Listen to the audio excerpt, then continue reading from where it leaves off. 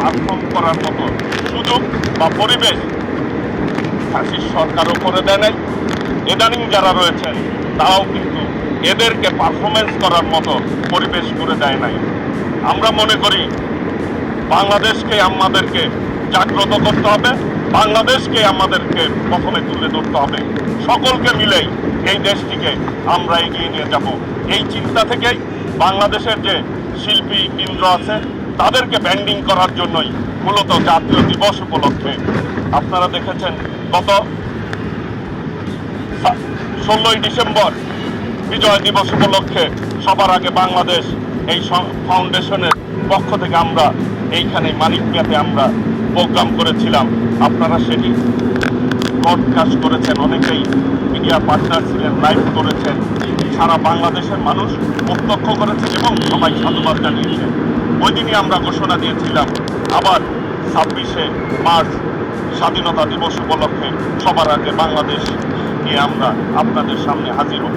সেই চিন্তা থেকেই আগামী 11ই এপ্রিল আমরা স্বাধীনতা দিবস উপলক্ষে বাংলাদেশের 4টি ডিভিশনে এই প্রোগ্রামটি হচ্ছে।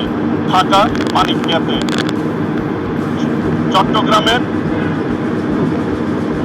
এম.এ. আজিজ স্টেডিয়ামে, খুলনা স্টেডিয়াম, আর রাজশাহী এবং রংপুর ডিভিশন মিলে আমাদের বগুড়াতে আলতুবুন্নেসা খেলার মাঠে অনুষ্ঠিত হবে।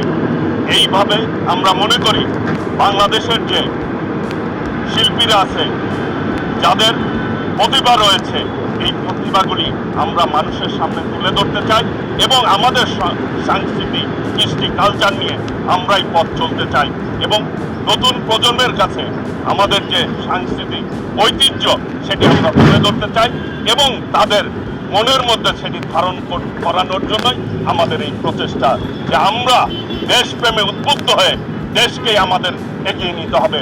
আগামী প্রজন্ম যাতে দেশের চিন্তা করে পথ চলে, সেটি হচ্ছে আমাদের উদ্দেশ্য এবং আমরা সকলকে নিয়ে এই প্রোগ্রামটি করছি। সেই জন্যই আমরা নাম দিয়েছি সবার আগে বাংলাদেশ। বাংলাদেশের সমস্ত মানুষকে আমরা এইখানে ঐক্যবদ্ধ করতে চাই, এই ফ্রেমে আবদ্ধ করতে চাই। এটি হচ্ছে আমাদের প্রচেষ্টা। আপনারা গতবার আমাদেরকে সার্বিকভাবে সহযোগিতা